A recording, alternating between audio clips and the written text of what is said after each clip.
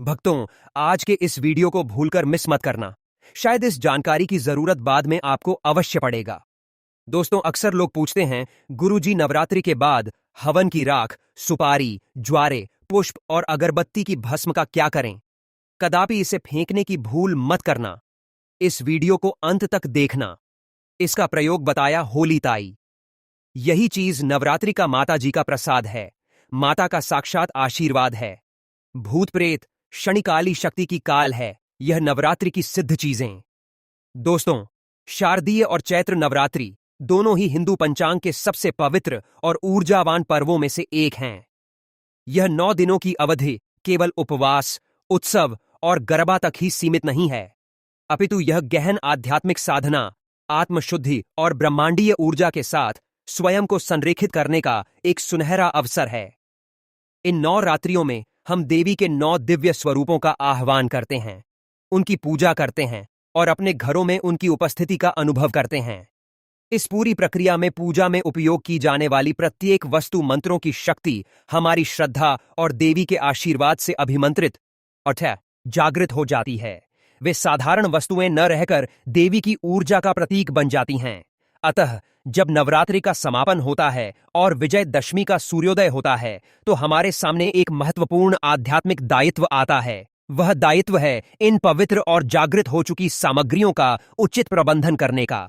इन वस्तुओं को सामान्य कचरे या अपशिष्ट की भांति समझना देवी की ऊर्जा का अनादर करने जैसा है। इन सामग्रियों का सही तरीके से विसर्जन या पुनः उपयोग यह सुनिश्चित करता है कि हमने जो पुण्य और सकारात्मक ऊर्जा 9 दिनों में अर्जित की है, वह हमारे घर और जीवन में बनी रहे। यह लेख इसी महत्वपूर्ण विषय पर एक विस्तृत मार्गदर्शिका है, जो आपको बताएगा कि नवरात्रि के बाद जौ, हवन की भस्म, कलश, नारियल और अन्य पूजन सामग्रियों का क्या करना चाहिए। यह केवल एक प्रक्रिया नहीं, बल्कि हमारी श्रद्धा और भक्ति की पूर्ण होती है। नवरात्रि के बाद जौ, गब्बारे कब्जे आपको अगरबत्ती की भस्म और अन्य सामग्रियों का प्रबंधन। नवरात्रि के प्रथम दिन घटस्था स्थापना के साथ ही हम मिट्टी के पात्र में जौ या गेहूं बोते हैं। 9 दिनों तक यह अंकुरित होते हैं और धीरे धीरे बढ़ते हैं। इन जवारों को देवी की कृपा, समृद्धि और हरियाली का प्रतीक माना जाता है। इसी प्रकार अखंड ज्योति की लौ, हवन और अगरबत्ती से उत्पन्न भस्म और पूजा में प्रयुक्त अन्य सभी वस्तुएं दिव्य ऊर्जा से भर जाती हैं। आइए एक एक करके इनके सही प्रबंधन की विधि को समझें। एक जौ या जवारे का क्या करें? नवरात्रि के दौरान उगाए गए जवारे मात्र पौधे नहीं होते, वे साक्षात अन्नपूर्णा देवी का स्वरूप माने जाते हैं। उनका हरा भरा रंग घर में सुख, शांति और समृद्धि का सूचक होता है। 9 दिनों की पूजा के बाद इन जवारों का प्रबंधन अत्यंत श्रद्धा के साथ करना चाहिए। प्रथम विधि, पवित्र जल में विसर्जन। सबसे पारंपरिक और उत्तम विधि है जवारों को किसी पवित्र और बहती हुई नदी या तालाब में विसर्जित करना। विजयदशमी के दिन पूजा संपन्न करने के बाद उस मिट्टी के पात्र को जिसमें जवारे उगे हैं, सम्मान सहित उठाएं। इसे अपने सिर पर या हाथों में लेकर किसी निकट का के स्वच्छ जल स्रोत पर जाएं। वहां जल देवता को प्रणाम करें और देवी का स्मरण करते हुए धीरे धीरे जवारों को पात्र सहित जल में प्रवाहित कर दें। यह और पंबा पशपा की बारी बोपाव में प्रकृति की वस्तु को वापस प्रकृति को ही लौटाने का एक सात्विक तरीका है। द्वितीय विधि समृद्धि के प्रतीक के रूप में संग्रह है। आप कुछ जवारे विसर्जित करने के बाद पात्र से निकाल सकते हैं।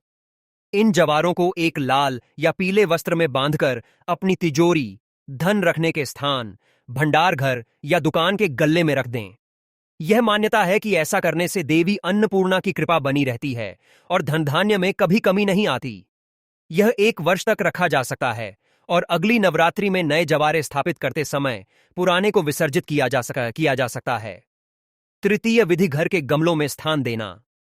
यदि आपके पास कोई स्वच्छ जल स्रोत नहीं है, तो जवारों को पात्र से निकालकर अपने घर के किसी गमले की मिट्टी में दबा दें। विशेषकर तुलसी के गमले में ऐसा करना बहुत शुभ होता है। धीरे धीरे वे मिट्टी में मिल जाएंगे।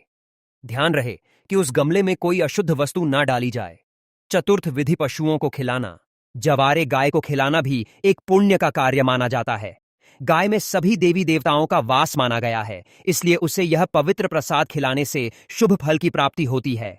2 अगरबत्ती, धूप बत्ती और हवन की भस्म का उपयोग। 9 दिनों तक जो अगरबत्ती, धूप बत्ती और हवन कुंड देवी के समक्ष प्रज्वलित हुआ, उसकी भस्म या राख साधारण नहीं होती। यह अत्यंत पवित्र और सकारात्मक ऊर्जा से युक्त होती है। इसे विभूति भी कहा जाता है। मस्तक पर धारण करना। इस पवित्र भस्म को एक स्वच्छ डिब्बी में भरकर रख लें।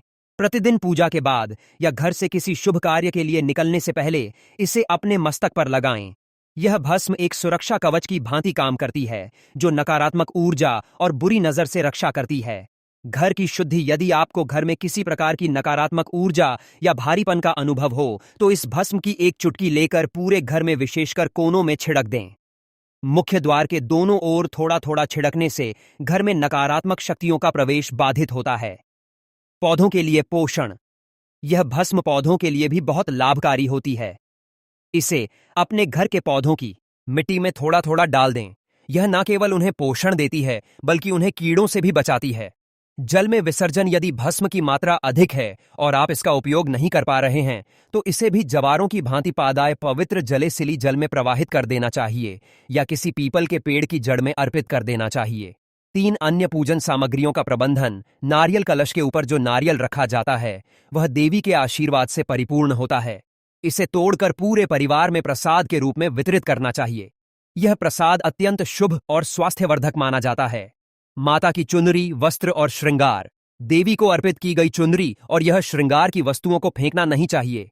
उस चुनरी को अपनी तिजोरी में या अलमारी में कपड़ों के साथ रखें। सुहागिन स्त्रियां श्रृंगार की वस्तुओं का उपयोग स्वयं कर सकती हैं। यह सौभाग्य में वृद्धि करने वाला माना जाता है। कलश का जल। कलश का जल घट स्थापना के समय कलश में भरा गया जल दिव्य मंत्रों से अभिमंत्रित होकर गंगा जल के समान पवित्र हो जाता है। विजयदशमी के दिन पूजा के बाद इस जल को आम के पत्तों या फूल की सहायता से पूरे घर में छिड़कें। इससे घर का वास्तु दोष शांत होता है और सुख शांति का वास होता है। बचे हुए जल को तुलसी या अन्य किसी पवित्र पौधे की जड़ में डाल दें। कलश के नीचे रखे चावल या अनाज। कलश के नीचे जो चावल या सप्तधान्य रखे जाते हैं, वे भी ऊर्जावान हो जाते हैं। इन चावलों को अपने घर के अनाज के भंडार में मिला दें। इससे घर में अन्न की बरकत बनी रहती है।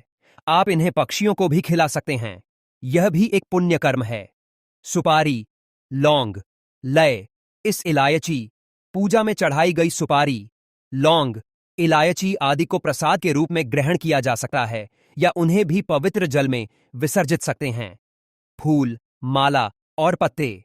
9 दिनों तक चढ़ाए गए फूल, मालाएं और आम के पत्ते जो सूख गए हों, उन्हें इकट्ठा कर लें। इन्हें किसी अपवित्र स्थान या कचरे में कदापि न फेंकें। इन्हें किसी गमले की मिट्टी में दबा दें ताकि वे खाद बन जाएं या फिर पवित्र नदी में प्रवाहित कर दें। नवरात्रि के बाद जागृत हुई चीजों का उपयोग। 9 दिनों की सतत पूजा, मंत्र जाप, आरती और भक्ति से पूजा स्थल में रखी हर वस्तु चैतन्य और जागृत हो जाती है। वे अब निर्जीव वस्तुएं नहीं, बल्कि जीवंत ऊर्जा का स्रोत बन जाती हैं। इन जागृत वस्तुओं का सही उपयोग हमारे जीवन में सकारात्मक बदलाव ला सकता है। एक देवी की मूर्ति या तस्वीर। यदि आपने मिट्टी की मूर्ति स्थापित की है, तो उसका विधि विधान से विसर्जन किया जाना अनिवार्य है, क्योंकि मिट्टी की मूर्ति एक निश्चित अवधि की पूजा के लिए ही प्राण प्रतिष्ठित की जाती है। विजयदशमी के दिन सम्मान सहित शोभा यात्रा के रूप में या व्यक्तिगत रूप से उसे पवित्र जल में विसर्जित करें। विसर्जन से पहले उनकी अंतिम आरती और पूजा अवश्य करें। यदि आपके पास धातु की मूर्ति या कोई तस्वीर है, तो उसे पूजा के बाद स्वच्छ कपड़े से पोंछकर पुनः ली अति अपने पूजा स्थान पर स्थापित कर दें। उनकी ऊर्जा पूरे वर्ष आपके घर को आलोकित करती रहेगी। 2 अखंड ज्योति का दीपक। 9 दिनों तक निरंतर जलने वाली अखंड ज्योति का दीपक अत्यंत शक्तिशाली हो जाता है। पूजा के बाद जब ज्योति शांत हो जाए, तो दीपक में बचे हुए घी और बाती को निकालकर एक जगह रख लें। दीपक को अच्छे से साफ करके अगली नवरात्रि के लिए सुरक्षित रख दें। बचे हुए घी को आप अपने घर के मंदिर के अन्य दियों में उपयोग कर सकते हैं। यह बहुत पवित्र होता है और इसे साधारण कामों में उपयोग नहीं करना चाहिए। 3 कलश और उस पर बंधा कलावा। कलश को खाली करने के बाद उसे धोकर पवित्र स्थान पर रख दें। इसे आप भविष्य की पूजाओं में पुनः उपयोग कर सकते हैं। कलश पर जो पवित्र धागा या कलावा बांधा जाता है, वह रक्षा सूत्र का काम करता है। उसे खोलकर परिवार के सभी सदस्य अपने दाहिने हाथ पुरुष या बाएं हाथ महिलाएं की कलाई पर बांध सकते हैं। यह देवी का रक्षा कवच बनकर हर विपत्ति से बचाता है। 4 हवन की सामग्री और पूर्णाहुति का नारियल। यदि आपने नवरात्रि में हवन किया है तो उसकी भस्म के उपयोग की विधि ऊपर बताई जा चुकी है। हवन के बाद बची हुई लकड़ियां या अन्य सामग्री को भी सम्मान सहित जल में प्रवाहित करें या किसी पेड़ की जड़ में रख दें। पूर्णाहुति में जो नारियल अर्पित किया जाता है उसे हवन कुंड में ही रहने दिया जा सकता है या उसे भी प्रसाद रूप में ग्रहण कर सकते हैं यदि वह पूरी तरह से जलादेन ना हो का हो।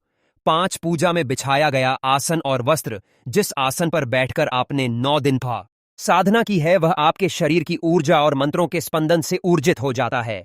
उस आसन को साफ करके केवल पूजा के लिए ही उपयोग करें। उसे सामान्य बैठने उठने के कामों में प्रयोग ना करें। इसी प्रकार देवी की चौकी पर बिछाए गए वस्त्र को भी धोकर केवल पूजा के कार्यों के लिए ही सुरक्षित रखें। दोस्तों, यह थे आज के महत्वपूर्ण ज्ञानवर्धक जानकारी। कृपया वीडियो को आगे शेयर करना ना भूलना। धन्यवाद दोस्तों।